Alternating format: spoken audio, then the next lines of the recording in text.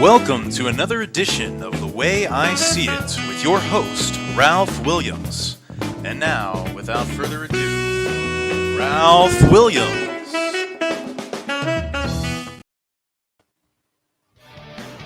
And good evening and welcome. It's great to be back here on The Way I See It. It's the return of The Way I See It. Last week we were off. I was on my anniversary trip with my lovely wife, Rhonda, and we had a great time up in Erie. We'll talk about my life story coming up later on as well. Tonight, I want to specially dedicate this show, which I always dedicate my shows to my late nephew, Sean Negley Jr. But tonight, it's an exception tonight because what I want to do is I want to dedicate this show also to the late Neil Spence. And those of you who don't know who Neil Spence is, he was once a traffic reporter in Pittsburgh here on WTAE 1250 AM radio and 96.1 Kicks when they were once owned by the same broadcasting company at one time back in the day. I had the personal pleasure of meeting Neil Spence when he worked at Froggy 98, when Froggy originally was on the 98 dial on the FM. What had happened was I had known Neil from some prior circles, and we had a conversation, and I just so happened that my name was drawn to be on the air for a thing called What's My Line? And that is, you had to go on the show with Jimmy Roach, and I forget who the lady that was on there with him in the past, when he first started at Froggy, or Wendy. That was it. Wendy Green was her name. Okay.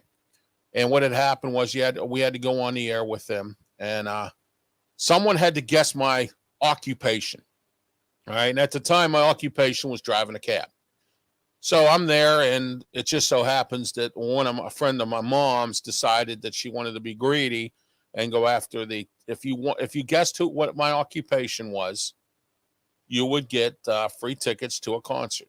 All right. So what had happened was she decided to be greedy and didn't listen. My mom says, look, let this ride out so Ralph can be on the air for an extended period of time.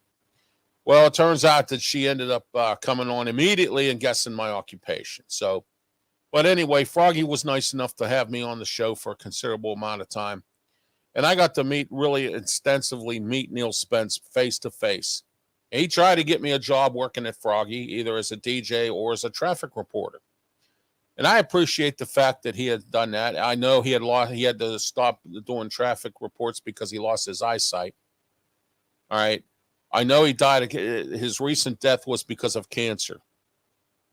So tonight, we're going to dedicate The Way I See It to not only just my nephew, Sean Negley Jr., but also to Neil Spence. Because Neil Spence, to me, was one class guy.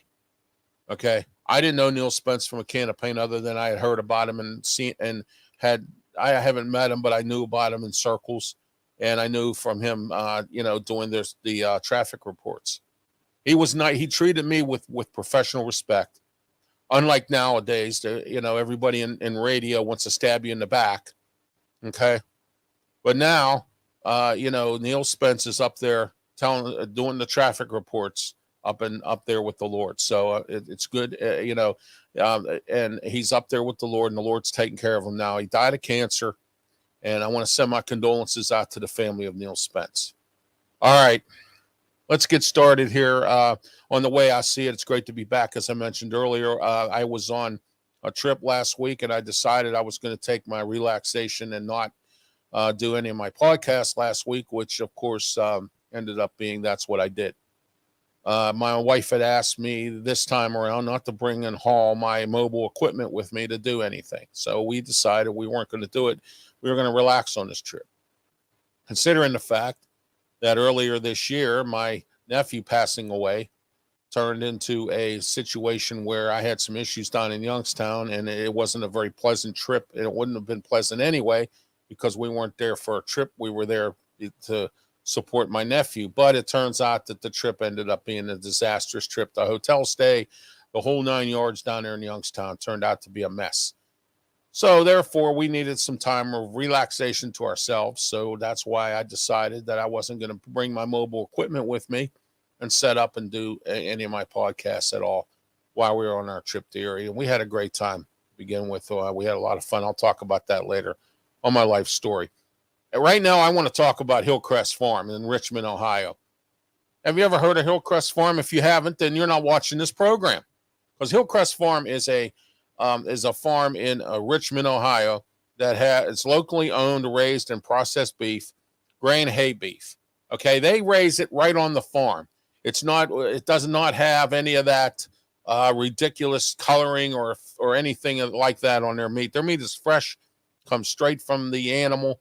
It's a great place to go. Why don't you take your family up there? It's a 45-minute drive or less from Pittsburgh, right up the hill from Steubenville, Ohio.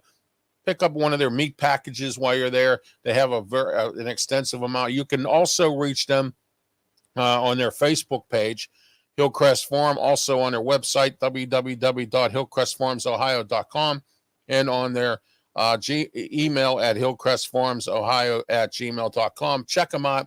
And also, you can call Caitlin and Taylor at 740-346-5442 or 740-632-2894. Call, get a hold of Hillcrest Farm today. Not only call them, but get on their website, get on the internet, and also Gmail them for any information. They have some great variety boxes and some great package deals that I think you'll enjoy, including their ground beef deal, which I think you'll find very, very accommodating as well. All right. I also want to talk to you tonight about Draft 412. Draft 412 is a website that focuses on all drafts in sports. We're talking about the NFL draft. We're talking about basketball draft. We're talking about the hockey, the baseball, anything has anything to do with drafting, and also with scouting. Okay, that is what Draft 412 does. $9 a month is all it takes. Get on their website today. They have some specials going on right now. I think it's if you sign up, you get 1 month for free. So go ahead and sign up today, draft412.com. Check it out. I tell you what, they have some great people there. Dave Finoli, Joe Kuglis. They have some great folks that are there with Draft 412. And also, don't forget about our studio sponsor, DJ Fun. And we're here in the DJ Fun studios. So don't forget about DJ Fun as well. Graduation parties, birthday parties, any kind of party, special event, wedding, call DJ Fun today, 412-545-4317. Give him a call today. I'm telling you, you will not be unhappy with this DJ. He is one of the best DJs in the city and all across the western Pennsylvania area, 412-545-4317. He will not rake you over the coals. You got DJs out here now for 6 months claiming that they're the best in the world, charging a bundle of money. You won't have to take out a loan. Give him a call today, 412-545-4317. All right. Our Chinese wisdom for tonight is be assertive when decisive action is needed. So there you are. There is our Chinese wisdom for tonight right here on The Way I See It. All right. Next, we're going to get into our blast segment. Later on tonight, we're going to have our top 10. Our top 10 tonight is top 10 states to buy a house in. And also, all right, our top 10, we're going to do 2 tonight because last week I didn't have a show, so I figure I'll give you 2 tonight. The top 10 affordable lake towns. All right, so that's tonight on our top 10s, and that's later on in the show. All right, let's get into our blast segment right here on The Way I See It. And I got to tell you, tonight, our blast segment, the Pittsburgh man who embezzled money from veterans. You know what? Shame on you. Shame on you for even doing this. Again, veterans, of all people to pick on. You pick on old elderly people. You pick on the young. You pick on the old. You know, scamming people and people who decide to steal. It has no boundaries because it happens that way. But for this man to do this on veterans, people who defended our country, what is wrong with you? All right. I mean, what is wrong with today's society? Are we that bad off? Instead of going out and working and getting this economy back up and this inflation down, okay, because we don't have the unemployment from COVID anymore, and we don't have none of these other programs anymore. So now we're going to go out and steal from veterans. We're going to go out and steal from the elderly people. Shame on you. That's the way I see it tonight. All right, next. The city of Pittsburgh buying used fire trucks. You know what? This was a shameful report when I saw it. And you know what? It's a shameful. And I'm blasting the city tonight because you know what? Sad to say that the city has decided to go out and buy used fire trucks because supposedly they claim that the last administration didn't order the trucks when they were supposed to. That's it, Mayor Gainey. Blame it on everybody else but yourself. Blame it on everyone else. When you first took over as mayor, you should have known better. Okay, you should have known that there was going to be a problem here, and there is. The problem is you and your administration, and now you blew it here. Okay, why? Michael Lamb, where are you at? You were running for county executive, and now all of a sudden we can't purchase any fire trucks. City Councilman Anthony Coghill, who's in charge of public safety, had no idea that this was going on. What is going on down there in city government? What's going on down there on Grand Street? You know what's going on? Nobody knows nothing because nobody cares about nothing because it's nothing. And that's the way I see it tonight. All right. All right. Next. Todd Joseph. Here we go again. Conneaut Lake Park. Todd Joseph. Okay. Those of you who don't know, there's a park way up north in Crawford County that for many years was a great park to go and take your family to. It was called Conneaut Lake Park. All right. And the reason I'm explaining this tonight is because we have people out here who don't know what Conneaut Lake Park is all about. But there are people out here watching my program who do know what Conneaut Lake Park is all about, okay? Conneaut Lake Park was once a very family-oriented park. It was kind of like, you know, family-oriented. They had some nice rides. They had a roller coaster called the Blue Streak. Well, a few years back, a gentleman named Todd Joseph decided to buy this out of bankruptcy for $1 million, okay? All right? And the thing is, he decided to buy it out of bankruptcy for $1 million, and he's totally has disinvolved this park. I mean, he has torn it down. He has done everything he can, and he's making it into some kind of adult kind of park or playground where people can get drunk and go over and do all this. Well, here's the kicker of them all, everybody, okay? And this is why I'm blasting Todd Joseph again tonight.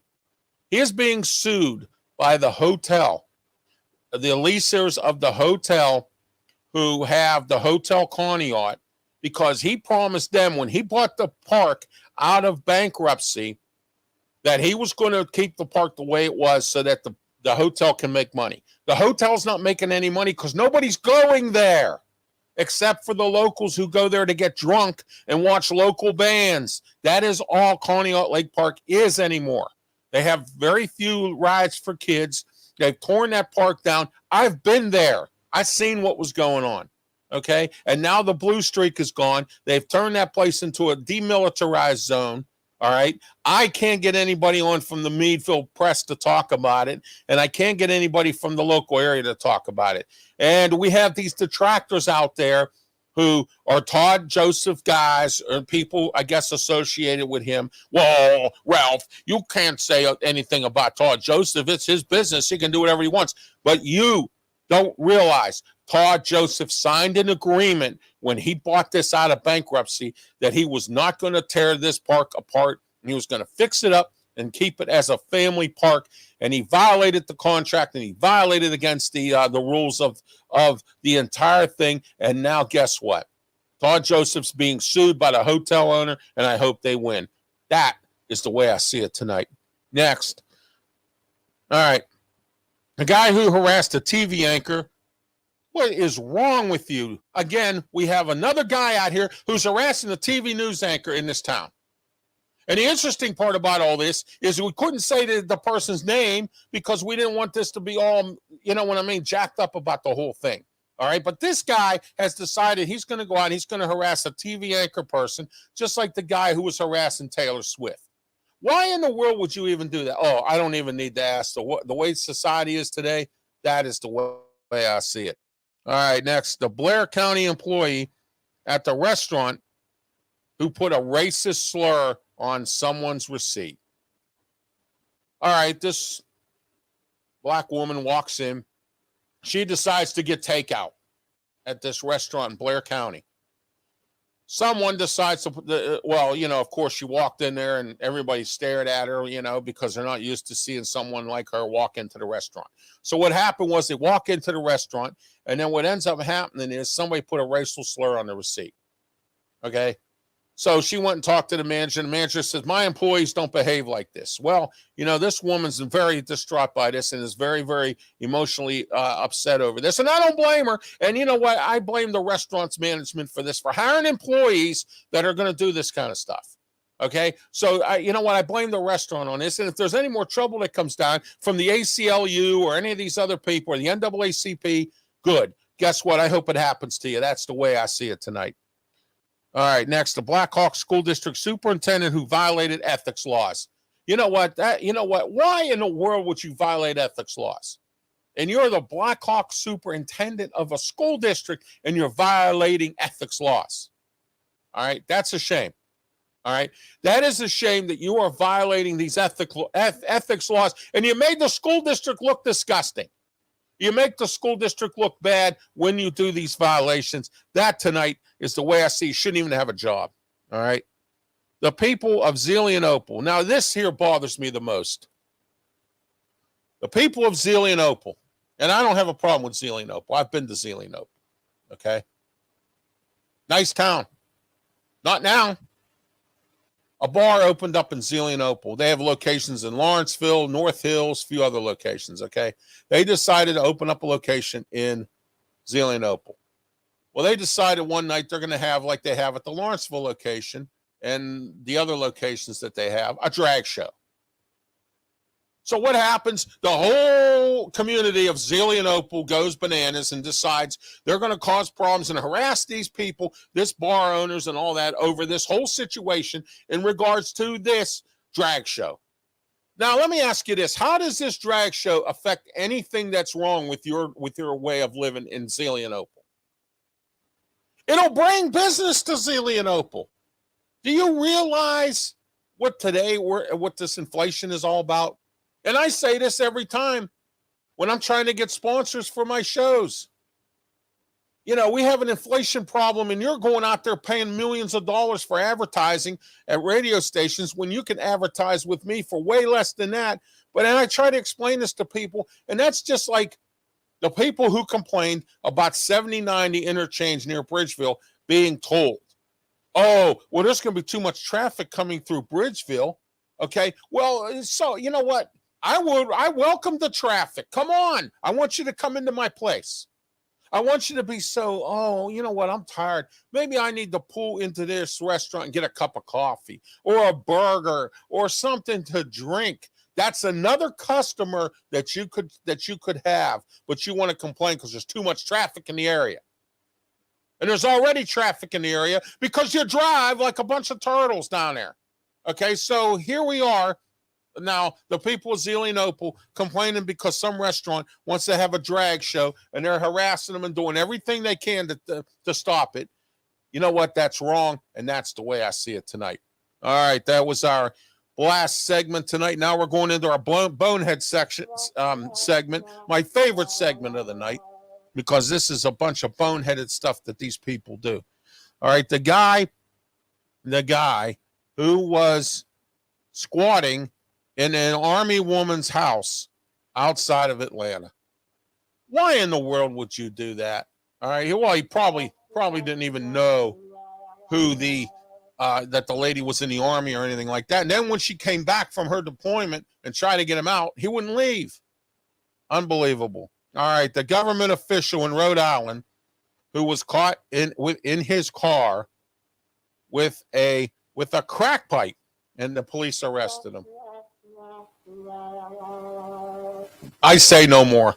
The lady on the Frontier flight who struck a flight attendant with the intercom, all right, and later arrested with the intercom mic. The Popeye restaurant in California who told teens to skip school to work is now shut down. A Walmart employee who bragged to a customer about showing up late for work has been fired. All right, and last but not least tonight, in regards to one of the most boneheaded moves in the history of this, I think, of this show, was this past few days ago, last week, somebody stole Kenny Pickett's car right off of the dealership. I think that's a boneheaded move. And then the guy ended up getting arrested because the guy was too stupid to understand that we now have what they call cameras out there, guys. Cameras, everybody. All right, our comment section tonight, Stabs says, I don't agree. Well, I don't know what you don't agree about. All you say is, I don't agree. So you don't agree with my show. You don't agree with me. You don't agree with what I said. That's fine. But I do appreciate you watching the show, though. So that's a good thing. All right, tonight we're going to talk about my life story. Not much to talk about, except for there is a lot to talk about. My trip to Erie. All right. Last week, I decided to take off from doing this and go on a relaxful trip up to Erie with my wife. It was our first-year wedding anniversary. And it was a great trip. I thought it was enjoyable. And we went up there in Erie and had a great time. We stayed at a really nice hotel, stayed at the Comfort Inn up there by the Splash Lagoon. All right. And so right next to the Splash Lagoon, actually, I went to the state park. I went to the bayfront and did some fishing. I posted some stuff on Facebook about that. If you are a friend of mine on Facebook or you keep track of my Facebook page, all right. I didn't catch anything, but I went fishing. It was just a relaxing end of it. It was cold. It was very cold. Water was very choppy in the lake. We had a couple really cold days and nights up there. It was tough. All right. But anyway, we got through it. Had a delicious meal at an Italian restaurant up there who I'm not going to promote because they don't pay me to do it. So there you go. All right. So anyway, they pay everybody else, but they don't pay me. So why should I promote them? But anyway, we had good food. It was a great place to eat. We also went to Cracker Barrel and had a very good meal at Cracker Barrel this week up there and did a lot of relaxing. I had to catch up on some sleep. Haven't been sleeping very well ever since my nephew died and some other stuff that's been going on. It's been kind of tough, and I'm getting ready for June 20th. And those of you who don't know what's happening June 20th, then you must be hiding under a rock or you haven't been watching this program very much. We are going, myself and Smoking Jim Frazier are taking the show Sports Corner, and we're putting it on the radio. It's going on Beaver County Radio every Tuesday, 5 to 6 p.m. starting June 20th. We'll be live on their Facebook page, Beaver County Radios, and also they are at 95.7 and 99.3 FM, 1230 AM and 1460 AM in Western Pennsylvania. All right. So I can't wait. I'm so excited. So is Smoking Jim. We're going on the radio. We're the new voices of sports in Pittsburgh on the radio. I've had enough of the old voices. I've heard many people comment and said, Ralph, you need to go on the radio. And I am. I'm going on the radio with Beaver County Radio. All right. So there we are. That's happening on June 20th. So I'm preparing for that. And I was also up there looking for some sponsors and advertisers for my shows and things like that. I was up there doing that as well. It was business, a little bit of business. We stopped at Grove City, went to the Outlet Mall, had a great time. We also went to Keystone Safari. And we went to do something touching.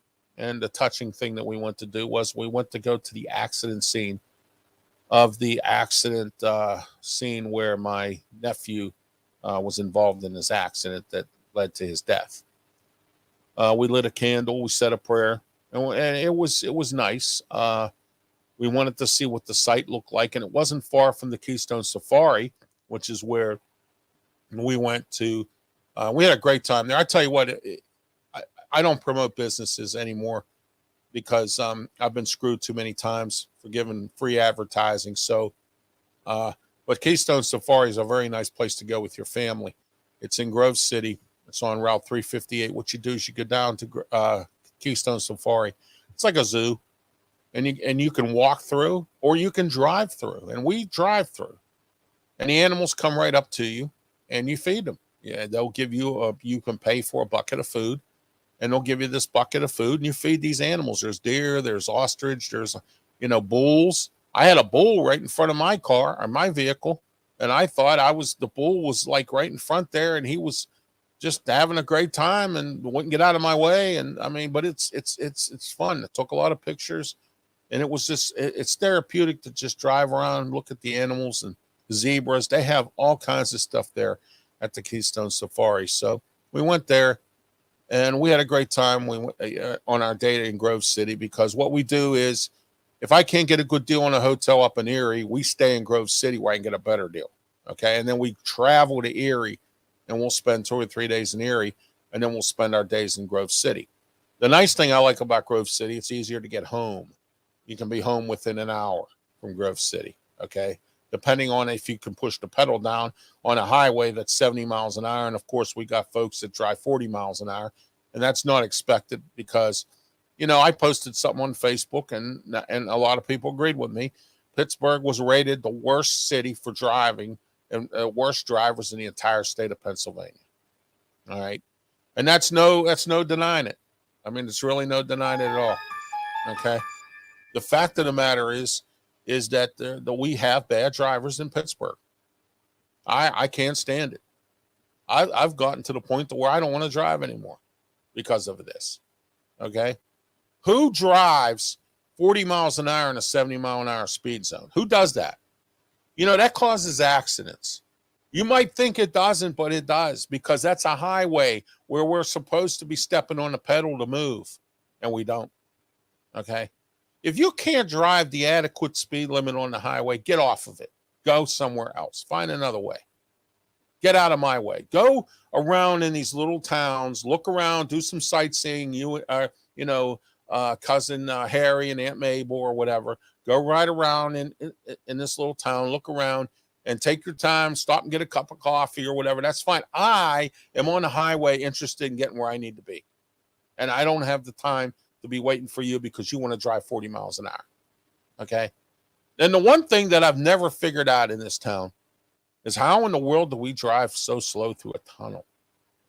The tunnel's 50 miles an hour, and we drive 30, and we drive 20, and we drive so slow, and we brake, and we do this, and we do that. Why? That is why Pittsburgh is rated the #1 city in the state for the worst drivers.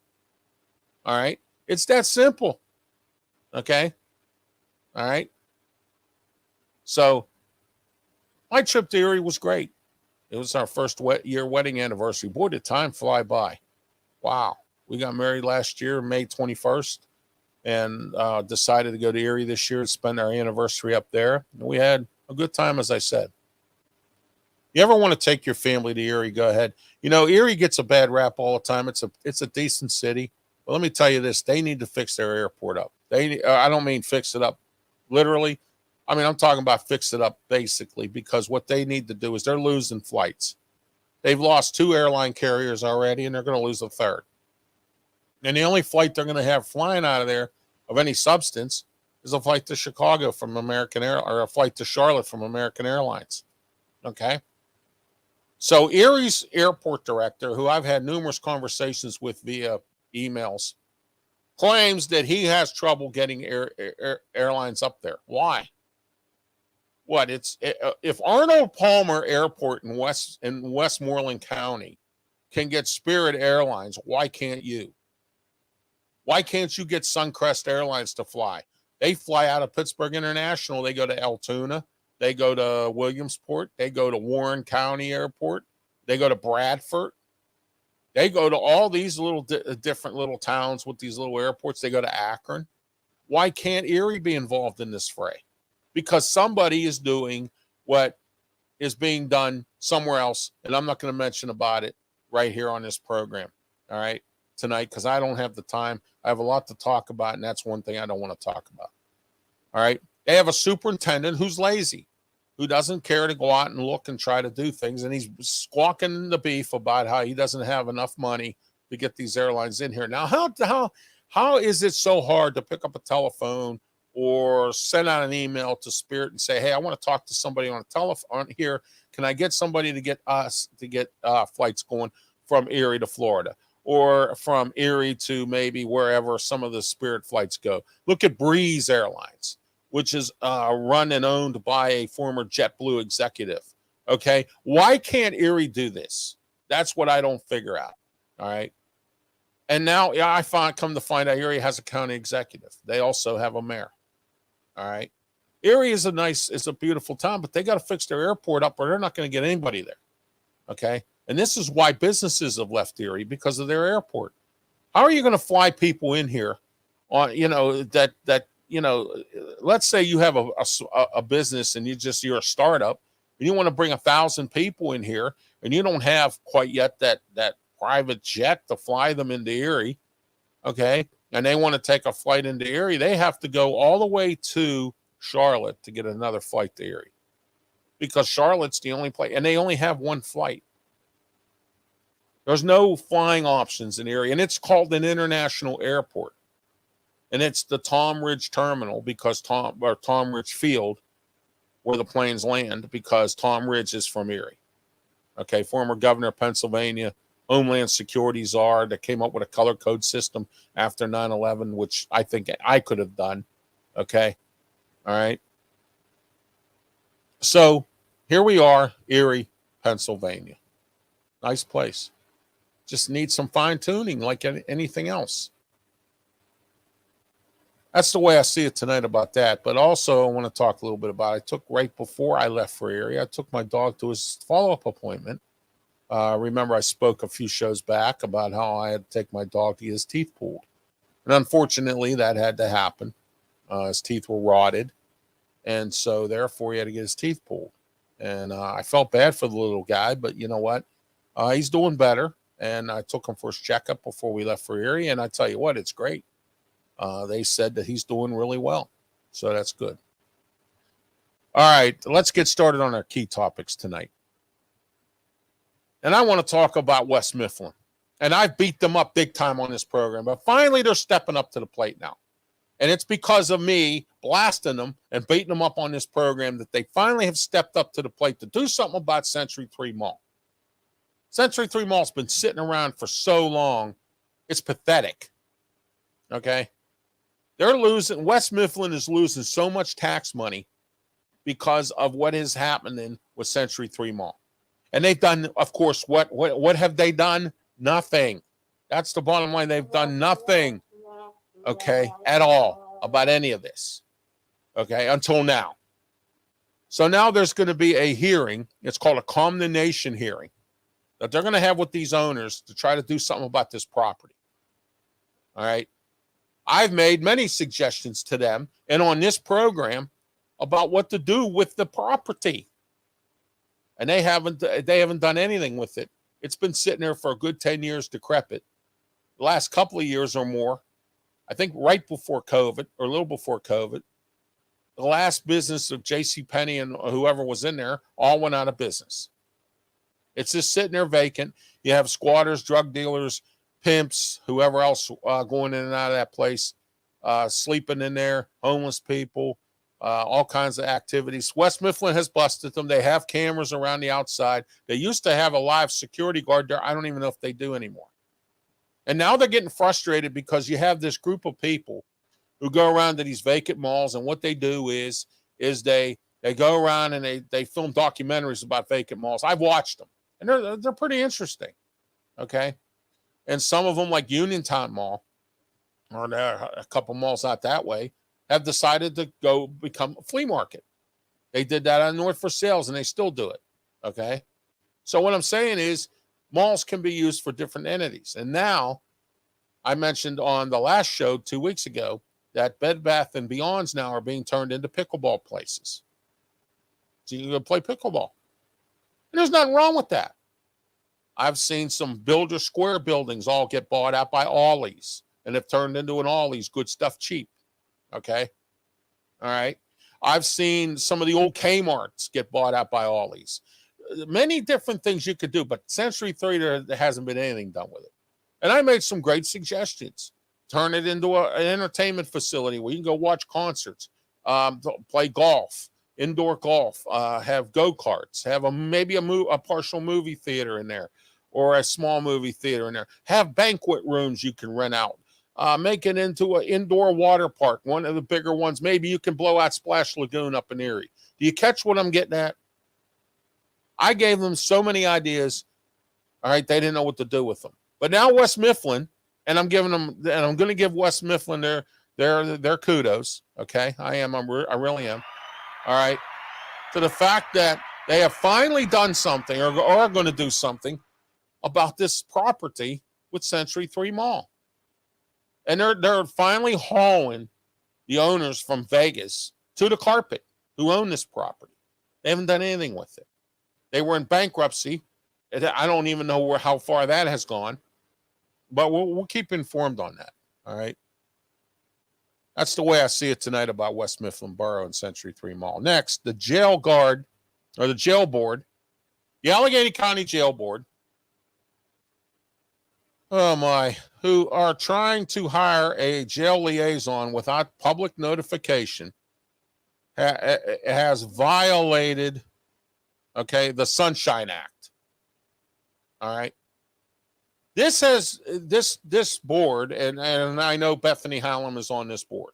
Bethany Hallam knows me very well. I tell it like I see it. That's why this is called The Way I See It, which I'm hoping sooner or later I can get on the radio as well. All right.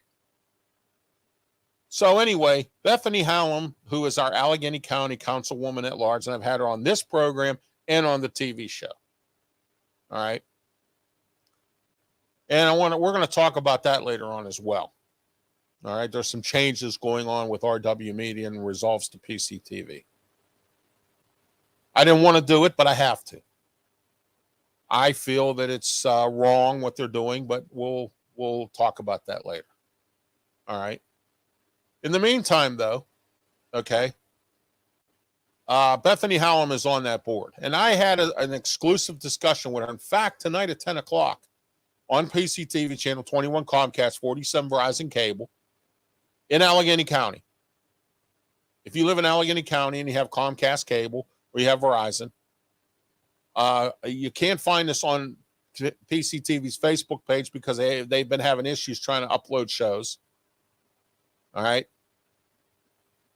But anyway, you can watch the interview tonight at 10 o'clock. I did with Bethany Hallam. We talked about Schumann Center and the jail. And she's on the jail board. Sad part about it is they have violated the Sunshine Act. They're trying to hire a jail liaison. Now, what a jail liaison is someone who works with the prisoners in the jail between the jail guards, the prisoners, and the administration. It's a liaison. What they're doing is they're trying to get somebody in there to work with these inmates to get them from stop coming back to the jail. Get them into job training, get them into different things. They wanted to hire somebody like that, a jail liaison. Okay. But they can't because they didn't consult with the public first. They didn't have a hearing. They didn't do anything the proper way that is supposed to be done according to either some kind of bylaws or that the county government has set for this jail board. So now they violated the Sunshine Act. And there has been enough problems as it is with the jail and the board and the warden and the county executive and everybody else. Okay. And later on, we're going to talk about the election because I wasn't on last week because I was on my anniversary trip. So I didn't get a chance to talk with you about the election. So we're going to talk a little bit about that tonight. All right. Who did you want for county executive? Who did you think should have won? I'll give you my opinion later. Okay. All right. But anyway, that's what happened to the jail board. And now another inmate is dead down at the county jail, has died. Why? Couldn't get medical attention. Same old problem. I questioned Bethany Hallam about that on my TV show. So like I said, watch my TV show tonight because I got into more extensive interview with her on the TV show than I did here. I mean, the interview here was good that I did 3 weeks to a month back. Okay. But I like the interview better on the TV because I got more intense with her in regards to Schumann Center and in regards to the county jail. All right. And we're still nowhere close to opening up Schumann Center yet, which is a disgrace. And it's a sad situation. It really is. And if you listen to what Bethany Hallam says, Schumann Center's not that bad off. But you got Richie Fitzgerald out here making it sound like it's the worst thing since sliced bread, and it's not.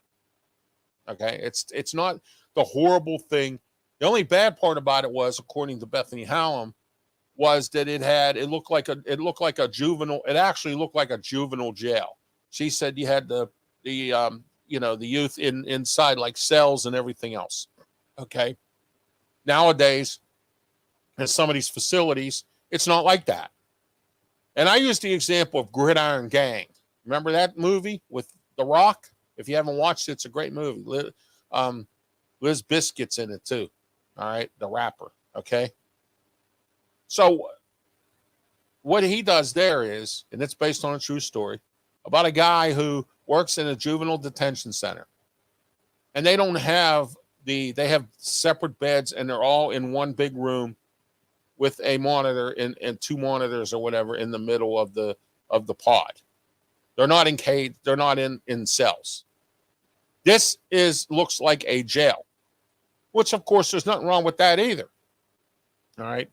But that's the way Bethany explained it to me. So watch the show tonight at 10 o'clock on PCTV, channel 21 Comcast, 47 Verizon Cable in Pittsburgh and Allegheny County. Okay. All right. So watch that tonight. That's the way I see it tonight. The Shell Cracker plant has been shut down for months because of all of you whiners and complainers. I'm getting tired of hearing this complaining. Everybody in Beaver County was so happy when Shell brought the cracker plant or was building it, and how the state went out of their way to make sure the funding was there and everything was where it needed to be at the Beaver cracker plant in Beaver Falls or in Center Township or wherever it's located. Okay?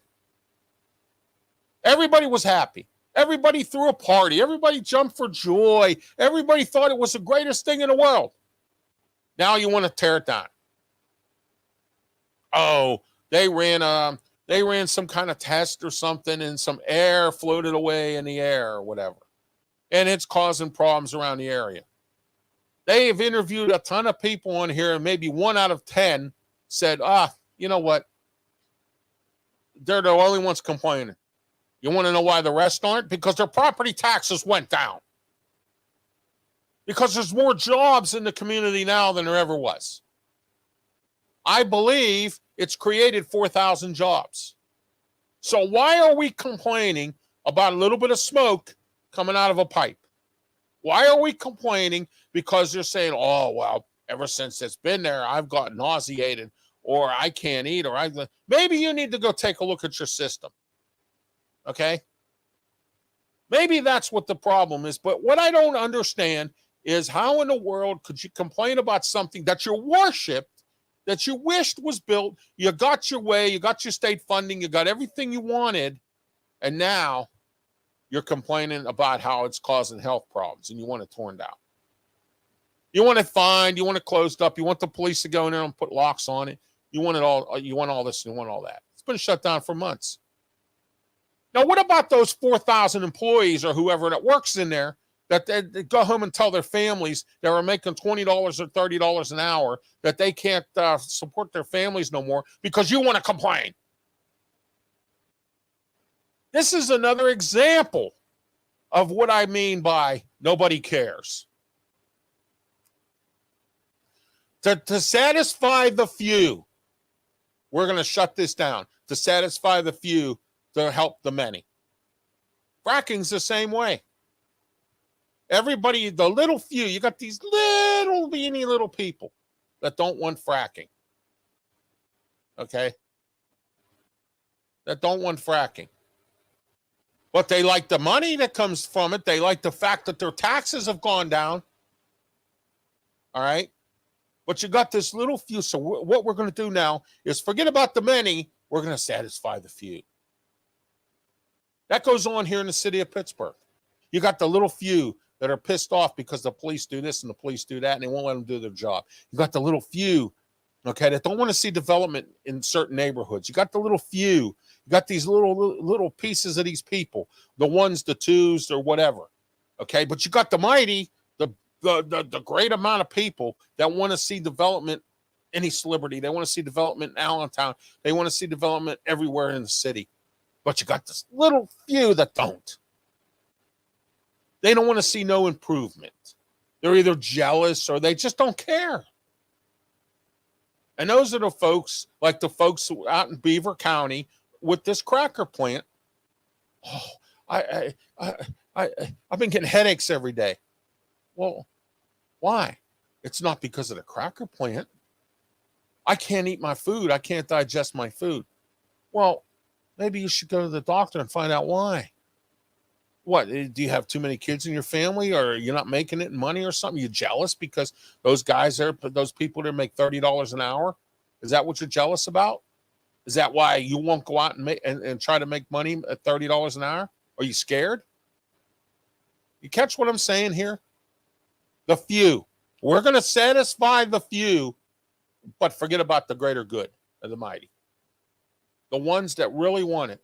The ones that are so happy because their property taxes went down and they can afford to feed their family, and now nobody cares. And this is another prime example, again, as I've said many times, nobody cares. The majority of this country doesn't care, because if you did, you'd do something, and you do nothing. All right? The city of Pittsburgh doesn't care. The administration and government doesn't care about what's going on, because if they did, they would do more. And they don't. They do less.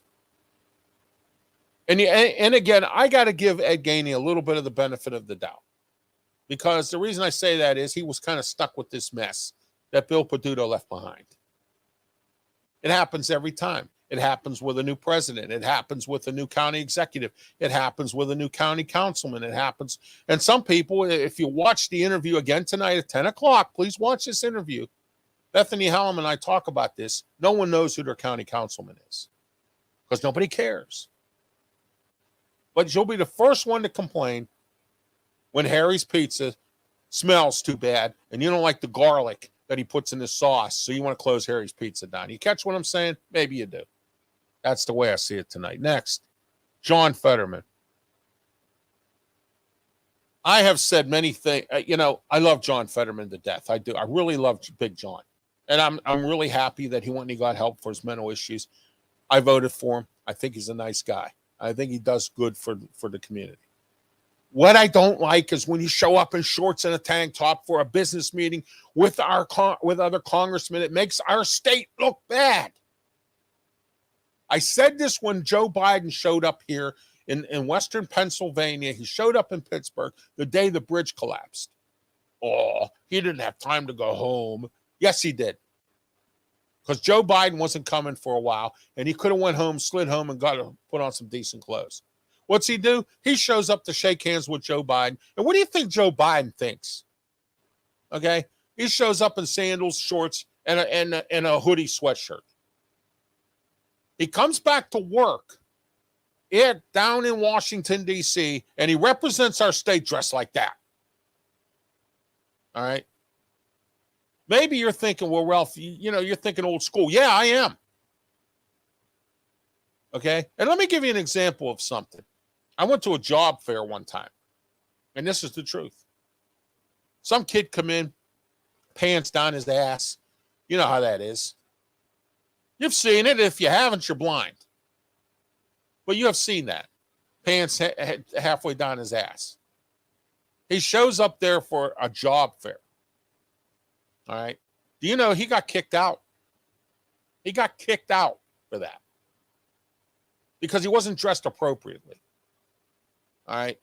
But you can't do that nowadays, because if you do, you're violating the Constitution. I'm going to go call the NAACP. I'm going to go call the ACLU. I'm going to go call my lawyer. I'm going to go call somebody.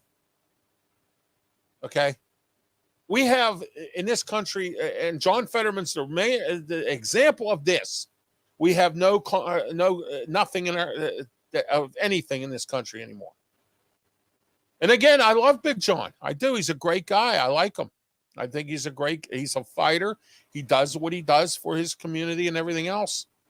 But don't dress like that on your first day back to work, when other colleagues are there dressed in suits and ties, and they're all dressed up and, prepared to do business. You're dressed up like you're prepared to go to the beach. All right? Come on, John. I know. You have some issues mentally. You're having some depression problems. You thought the job was bigger than you thought it was going to be, just like Ed Gainey. And I told you this story a few shows back.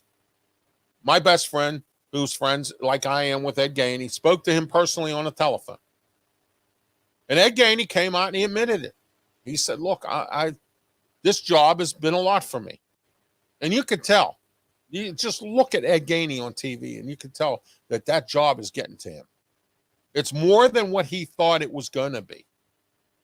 And now he's taking a lot of heat for a lot of stuff. And I'm the one issuing the heat because I think he should have been more prepared for this job, and you knew what you were coming into.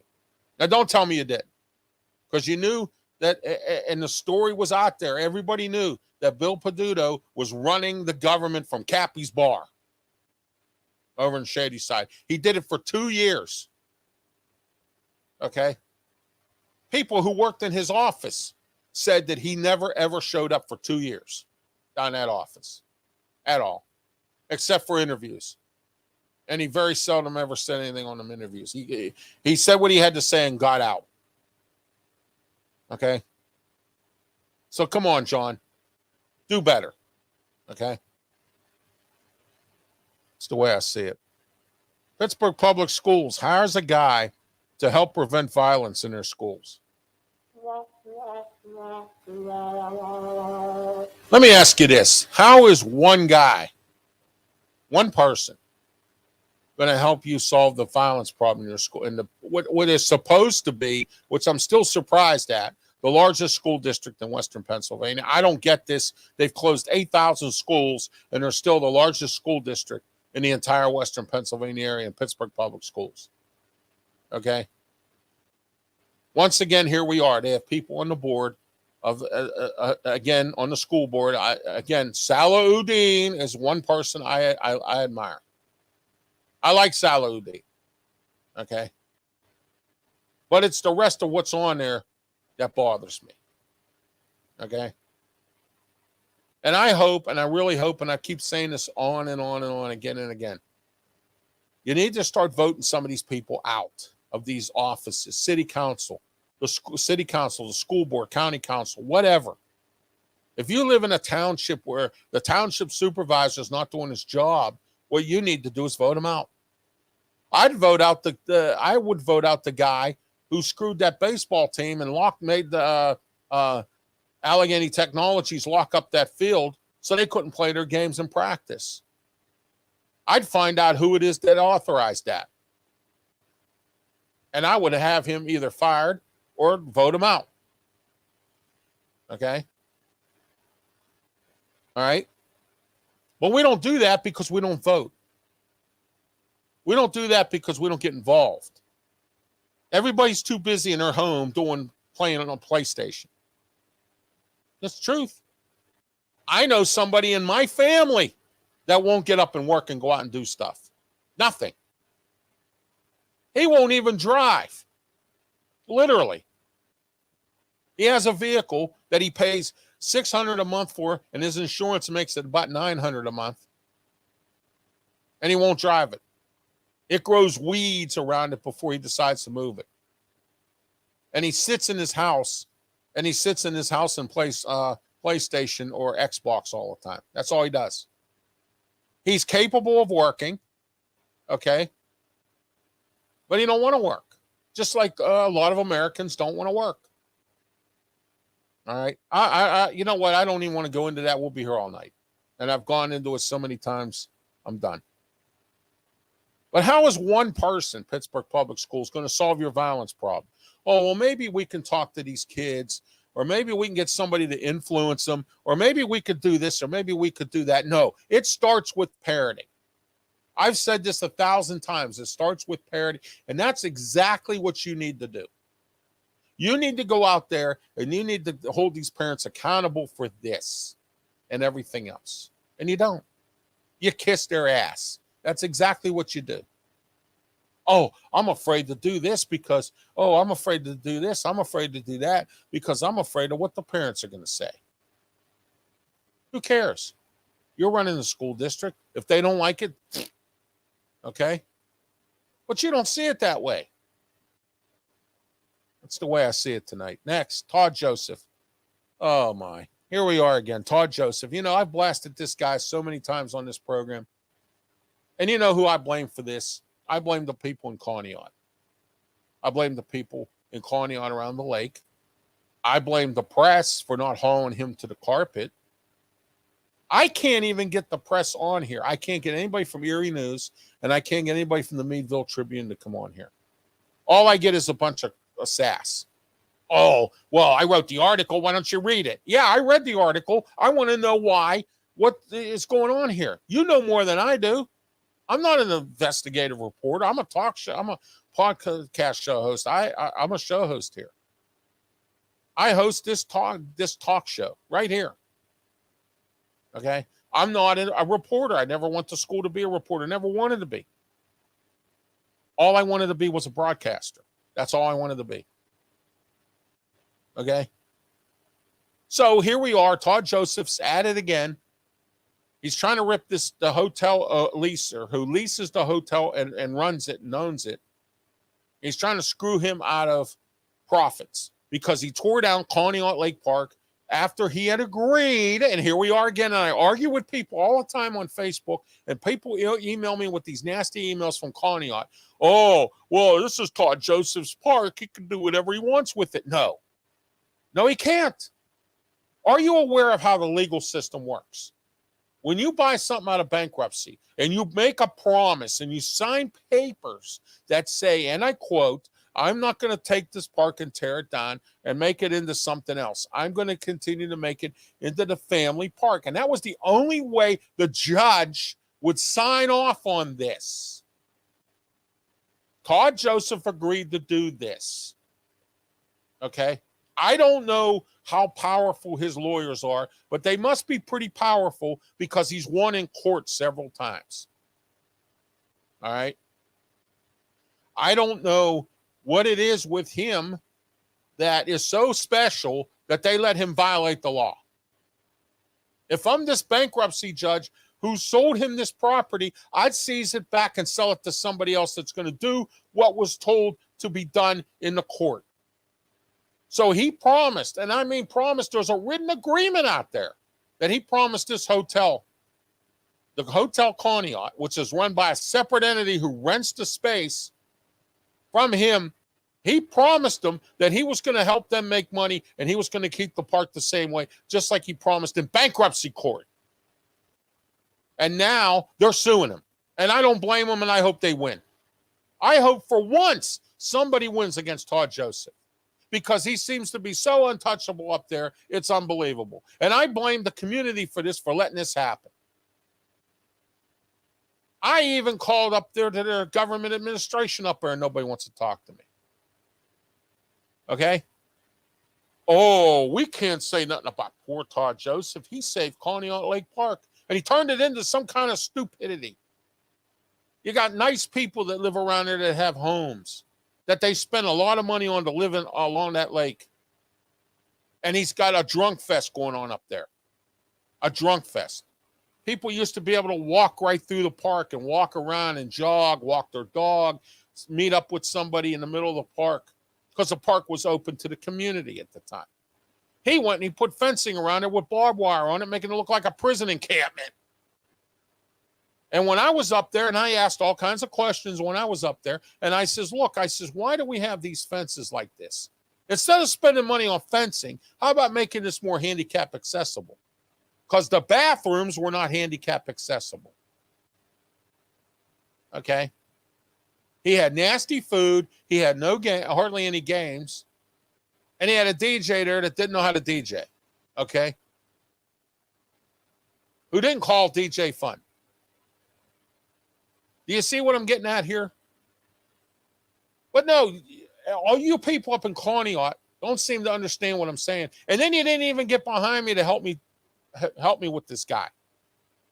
So I said, screw you then. I'm not going to help you if you're not going to help yourself a little bit. One person stepped up. One. That's it. Okay? And all the rest of you up there that enjoy going into that park and getting drunk and walking out and throwing up all over the place, making it look like a cesspool, you go ahead and go to that park. But when your kids say to you, "Hey, Dad, what happened to Conneaut Lake Park?" Oh, son, I go, or little Susie, I go there to drink because I like to drink and get drunk and vomit all over the place and make a fool of myself. That's what happened to it. All right. I heard it looks like a demilitarized zone. I got friends up there who were willing to work with me to fight against Todd Joseph, but nobody else would. You want to get something done, you got to do it in masses. You can't do it one. One person can't do it all. That's why I stopped getting involved in stuff that I can't, that I'm the only one that's fighting for it. No one else wants to help out. Okay? They got local bands that play cover tunes and all that up there. I remember when Conneaut Lake Park used to have national bands coming in. Rat, Little River Band, and a few other. They had entertainment up there all the time. But not now. Okay? It's a mess up there. It's terrible. I didn't even bother. And every time I've gone to Erie in the last 3 years, I've always gone up there. This year I didn't go because there's nothing there for me to see. Okay? And I don't want to hear from no businesses up there that said, "Oh, I had to close down because of the way Conneaut Lake Park looks." But did you fight? No, you didn't do anything. Okay? Attendance is down at the campgrounds up there because of him. Why do you think people go up there and spend their summer up there to go fishing in the lake? The lake view up there, the park. You could take your family there. It was a nice vacation. It was a nice idea to spend the summer there. Can't do it anymore because it's a drunk fest. I saw it with my own eyes. He's got this tiki bar up there on the top of the beach. He's got all these bands and he's got all these people staggering around. He has truck pulls up there with all these big trucks. He's got Halloween things going on up there. He's trying to do like Kennywood. He's got some kind of ghost thing going on. You know, whoop-de-doo. Whoop-de-doo. You could still do that and have a park.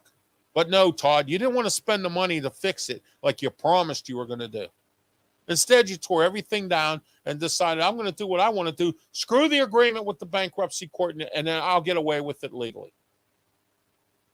And that's what you've done. And now you're going to get sued. And you know what? I'm glad. I really am. I'm glad that that the Hotel Conneaut's management is suing you. And I hope they win. And that's the way I see it tonight about Todd Joseph. Next, them spin scooters again. Now we have a kid who died or got seriously hurt because of those scooters. All right. This company is here because of a pilot program, and I find this out to be very interesting. I find this detail out. Okay. This detail that I found out was that they're here only because the state agreed to pay and the county agreed to pay a pilot program. And Austin's asked me, what is a spin scooter? Well, that's some orange and red scooters that you see around. If you live in Pittsburgh, you see them. They're everywhere. They're on sidewalks. They're blocking my handicap ramps that I need to get up my scooter up and down. They're all over the place. They're in the middle of the street. They're here. They're there. Okay. So they had a city council hearing about 3 weeks ago.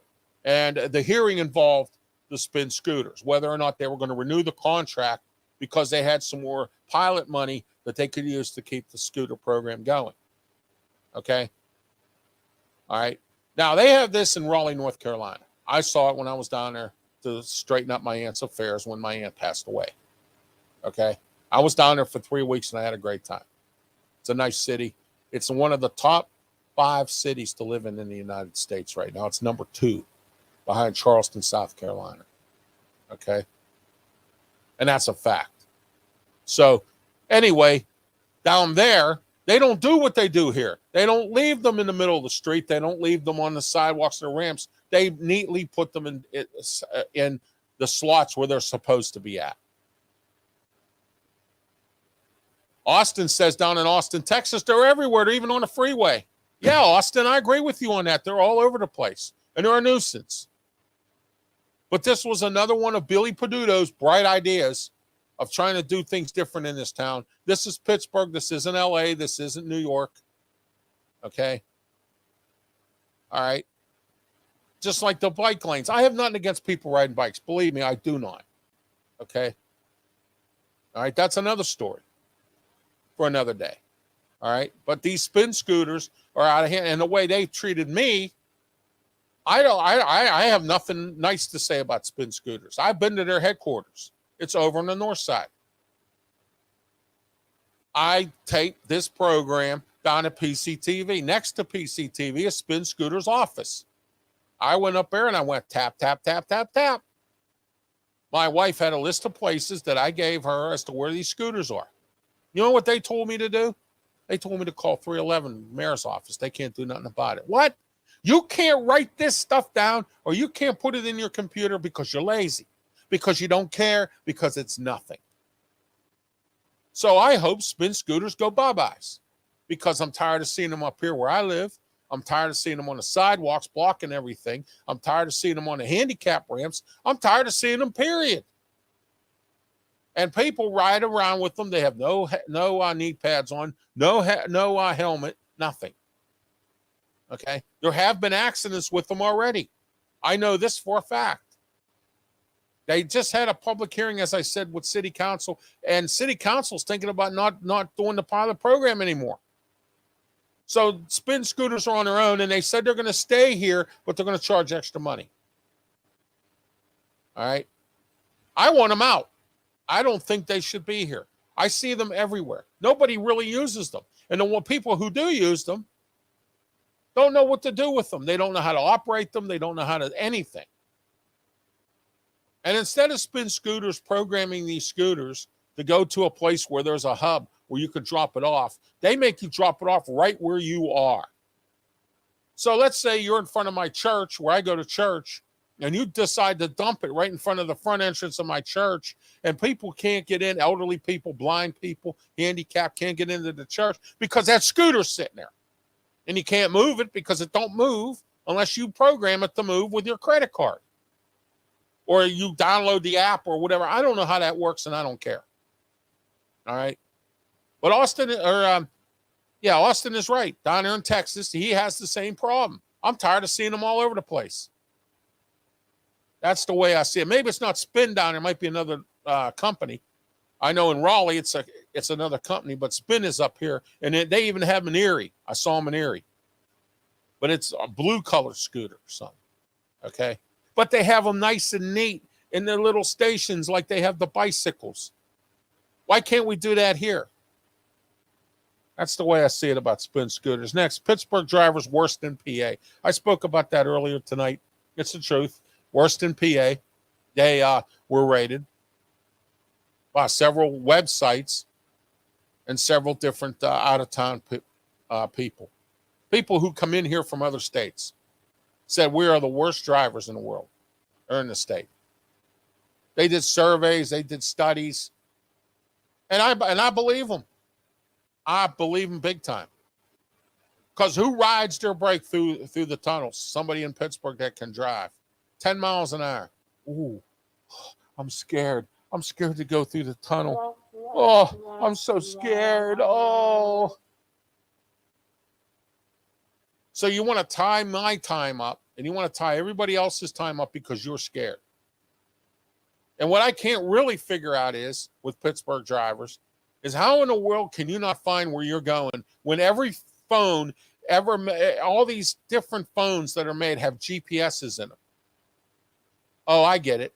Your brain is too frozen over, or too not there, too deteriorated because you drank, smoked, or done something to make your brain that way that you don't know how to work a GPS. I remember before GPSs were ever invented, I used to have to use a map book or one of those folding maps that you get from AAA. Okay? They still have those, but nobody uses them anymore. I don't even think Rand McNally makes a map book anymore. Maybe I might be wrong. I haven't seen one. I don't use one. I have GPS. What do I need it for? In fact, Garmin and their GPSs are not selling anymore. Austin here telling me that down in Texas there, they have too many speeders and not enough people slowing down. Down in Austin there, which I understand is a very nice city, by the way. I'm told it's a very nice place. They have a lot of music down there. All right. I know somebody who went down there and worked as a technician for some bands. All right. He told me it's nice down there. The weather's nice. The people are nice. That's what I hear. Okay. But you have the opposite down there because you have open freeways down there and you have a different structure. This city, we have the second highest senior citizen population in the entire United States behind Dade County, Florida, and it's still that way. And we're number one in the Northeast for senior citizen population. So you get Aunt Mabel or Cousin Harry or somebody who is 90 years old and wants to drive. They've mentioned it for years. Even when I was little, they would say, well, when are they going to put limitations on how old someone can be to drive? But you can't do that because the senior citizen people and the ACLU and all these other people will go bananas because we decided to do it that way. That tonight is the way I see it on that. All right. All right, let's talk about the election real quick here before we go into our other general topics and wrap things up here shortly. All right. Let's talk about this, the election. Who did you vote for county executive here in Allegheny County? I voted for Dave Fawcett. I thought he put up a good campaign on the TV. I saw some of his ads. I don't know him personally, but I know of him, and I know what he can do. He was a lawyer. He still is. He was once on county council. I fought with him many times about transit. In case some of you don't know, I'm the president of the Allegheny County Transit Council here in Pittsburgh, and I continuously meet with PRT, Pittsburgh Regional Transit, about many different issues. I have a council that I am the president of.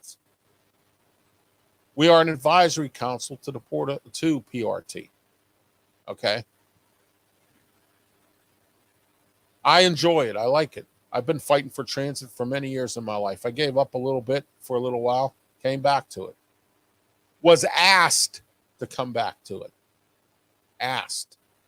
Okay. That's how good I was at fighting for transit back in the day, that I was asked to come back. So I did. Okay. I did. I came back. And fighting, still fighting the good fight for transit. And I'll talk about that next week, about why the state hasn't decided to come up with a new plan for Act 89. We're going to discuss that next week here on The Way I See It. I'm going to try to get a politician on here to tell us why the state hasn't done their job on this. And we have all these progressive people out here, like the Sarah Honorados and the Summer Lees and all these folks out here that don't want to see bail. You got these magistrates that won't put these people on bail. They'd rather send them home and let them go back out on the street and do whatever they want because they're progressives. We have a progressive mayor who won't untie the hands of the police department. So now we have Sarah Honorado, who scares me. She wants to defund the police. She's talked about that. She don't like fracking, which has made the airport billions of dollars, and it's fixing up the airport now to make it look better so that we can have a better airport to bring more people in and more business. Okay? The biggest complaint when I drove a cab was at that airport was about that train, that ridiculous train. And if it breaks down, God help you. Okay? All right? That train. I, as a handicapped person, have had to fly. I have to go to TSA. I have to go through their nonsense. Then I have to get on this train. I have to wait for escort. Escort comes and gets me at the TSA thing. Then the escort has to push me in my wheelchair straight out to the gate, onto the train and out to the gate. And who knows, the concourses at Pittsburgh International are very long, and sometimes your gate might be way at the end of the thing, and it's probably about 6 miles.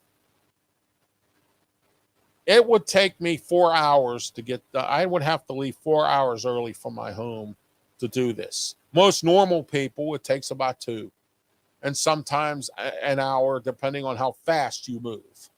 Okay? or whatever. All right. But you get these dumb, ridiculous people who just don't understand time.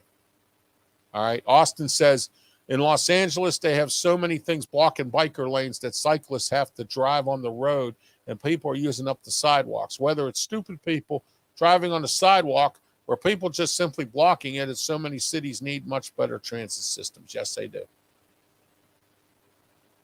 People wouldn't have to use scooters, bikes, and whatnot if we had a better transit system.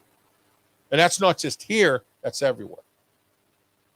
All right. But Sarah Amarato, who wouldn't come on my program, whose campaign person didn't want her to come on here for some strange reason. He didn't like my show or something. I don't know. He never told me. The gentleman never told me exactly why.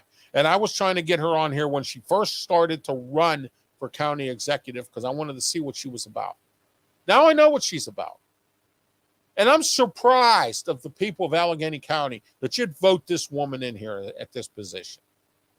Because you had much better people, John Weinstein, okay? Dave Fawcett, all right? Michael Lamb does what he does. He's a city controller. That's it. And he don't even do that job right. Some of the things he's done. This fire truck thing, that's on him. What, you couldn't find out why the purchasing? And then you get on the news, you go, I don't know. Okay? You're the city controller. You should know what's going on. Oh, I forgot. You didn't even know about your employee working out of Peters Township that wasn't supposed to be working there. There you go. And that's why he lost the election. Okay? I thought John Weinstein was a decent candidate. I know him as the county treasurer, and I have to send my payment in for my dog's license. All right? He had the backing of a lot of key people. But now we seem to think that because Summer Lee or Ed Gainey says this, that we're going to go and vote these people in. Really? Is this who you want as your county executive? I don't. I want it downtown cleaned up. I want the county to thrive. I want businesses to be here so the taxes go down. Okay? I want somebody with a little bit of more of this and less of this and not do your job. Okay? I hear Sarah Anarato's not that great of a state representative. I heard she's passed no bills. I heard there's a lot of things I've heard about her in the state. Okay? She's all this, like the rest of our government right now. This. That's it. That's all they do. They flap their gums and they don't care. And I want every one of you tonight to say, Ralph, you were right. I was right about how people don't care. And it starts with our politicians. And now you put a woman in who has very little qualifications to do a job that is a key big job. Okay. What? We're going to release everybody from the county jail? And again, there are people who shouldn't be released from the county jail. All right. But when you got these progressives out there, and a lot of you don't realize this, you hear them go do this, but you don't realize that they're progressives. They're out there. They don't want bail. They think it's harsh to have you in jail. They want all these programs. And these programs don't do anything to help anybody. Okay? We talked about, Bethany and I, on our interview on The Way I See It on the TV version about mental health. I found out a very disturbing fact that they took the money that they were supposed to put in to keep the state hospitals open, and they took it and put it into building the stadiums because it benefited the Steelers and the Pirates. Screw mental health. Screw everybody. Who cares about what happens? We have all these mental people running all over the place, causing crimes, doing this, doing that. We don't have no place to put none of these people. We got homeless people that we don't have space for. Okay? And now tonight, I want to talk about, let's get off the politics right now. Before I leave tonight, I have something wrong that sticks in my craw. You closed that church down there on Smithfield Street that was doing housing the homeless. That's good, because you know why it's closed? It gets all those people out of there that were causing problems for Denny Scott and the Wiener World. And all them businesses on Smithfield that are closed up because of that. But I'm not happy about the fact that we have all these people running around downtown that are homeless, defecating in the streets, doing all kinds of stupid stuff, doing drugs. All right.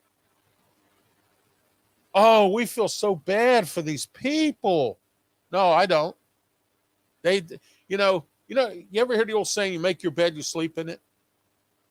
Well, if you want to do drugs and be homeless, you can't have your cake and eat it too. Okay? So now we have all these drug addict, homeless people downtown running all over the place, causing problems that businesses are pulling out. I have a friend of mine who's a business owner that goes to my church who told me she had to pull out her clothing store because of this problem. Pulled her clothing store out of downtown. Now, when it affects me and it affects my friends and my brothers and sisters in my church, that's when I have a problem. And now I have a problem, and I'm going to haul all these government officials. And I don't care if Rich Fitzgerald's at the end of his term or not as county executive. Shame on him for not cleaning up the Mon Valley problem with them youth, for not doing something about the county jail, for not doing something about Schumann Center, for not cleaning up downtown, and not working with the mayor, despite the fact that he doesn't like the mayor. And I heard that directly from a key person, that he doesn't like the mayor. And he was at the mayor's campaign picnic. I was there. I saw him. I shook hands with him. He said, Ralph, it's good to see you again. Yeah, it's good to see me, but you don't do nothing. Okay? It's about time that somebody in this town haul these people to the carpet, and I'm doing that now. And I'm going to keep doing that until something gets done. Either they get voted out, resign, or they start doing something. Because I have had enough, personally. And you should too. And shame on you for not doing anything either. Okay? Tomorrow morning, I'm speaking at City Council again. I've signed up to speak. I'm upset with them because I gave them many suggestions and none of them have been used. And we're going on 9 months now. Okay? They haven't done anything about the housing authority of the city of Pittsburgh yet either. What do? They hire a police chief, and what's the first thing he says? Well, we're not going to be aggressive, but we're going to be on guard. We're going to be on guard. That's like sending our military people down to the border wall and they don't have guns or they're not allowed to use weapons. But it's okay when they get assaulted by somebody.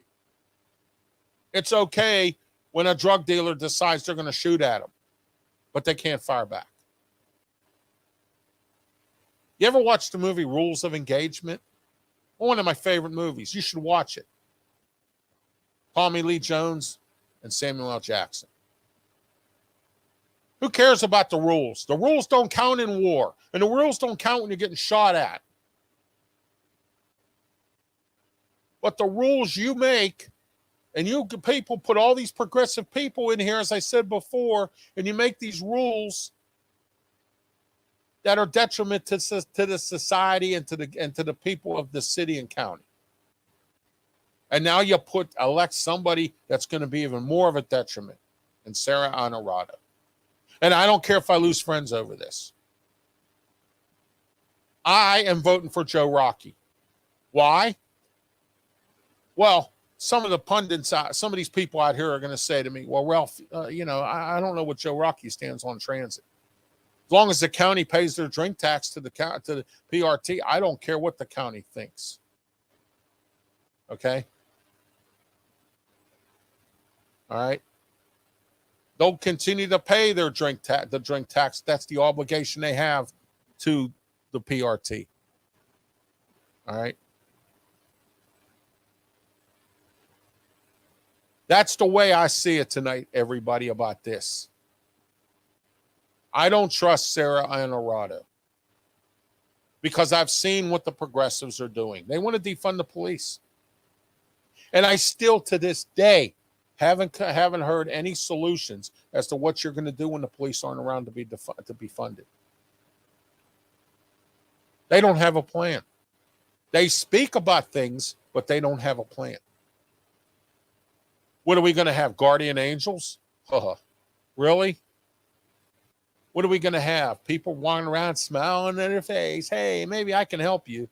No. If it was me, the National Guard would have already been here and already got all these drug dealers out of downtown and would have told the homeless to go to go to a shelter or go to jail.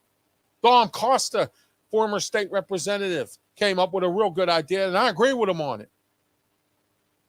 Okay? Put the drug dealing homeless people in jail. You have extra cells. You have 400 extra cells down the jail. Why aren't you using them?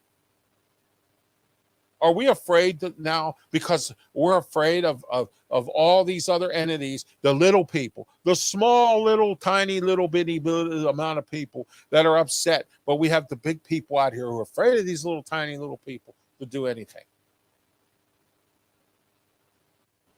Tonight, everybody, that's the way I see it. All right. Some small topics here to talk about before we go. Dairy Queen is eliminating their cherry dip cone. Oh, my. All right. Acroshore Company is donating $7.5 million to Children's Hospital to a heart program. All right. Excella Health Butler has changed their name to Independence Health System. All right. And that's the way I see it tonight. Next, Giant Eagle is putting a Gecko at Frankstown and Fifth Avenue in Homewood. Good, because they don't have a store. Shakespeare's out of business. They have these little mobile Giant Eagles that go around. They're like a little trailer or something. They set up. It's a big trailer. Or they set up under a circus tent. You can go do a little bit of shopping here and there. It's great to have that Gecko there. Because right now they have to go all the way to Shadyside or all the way out to Penn Hills to go shop, or East Hills to go shopping. And that's disgraceful. And then you have the Save-A-Lot in Wilkinsburg too. All right, and you got these little tiny markets where you got these owners that go to Aldi's and buy their stuff and charge double what Aldi's charges or more, triple even. All right, that's the way I see it tonight. Next, Tina Turner passed away. That's sad. 83 years old. Sad to hear she passed away. A great singer, great movie star. Spent her time living in London, Spain, wherever. But, Ron DeSantis, former Florida governor, has announced his candidacy for president. He claims he's going to run and beat Trump in the primary. Just might do it. You know what? I once again, I have to admit I was wrong. And I should have listened to some people when they told me that I should have voted for Trump. And maybe I should have.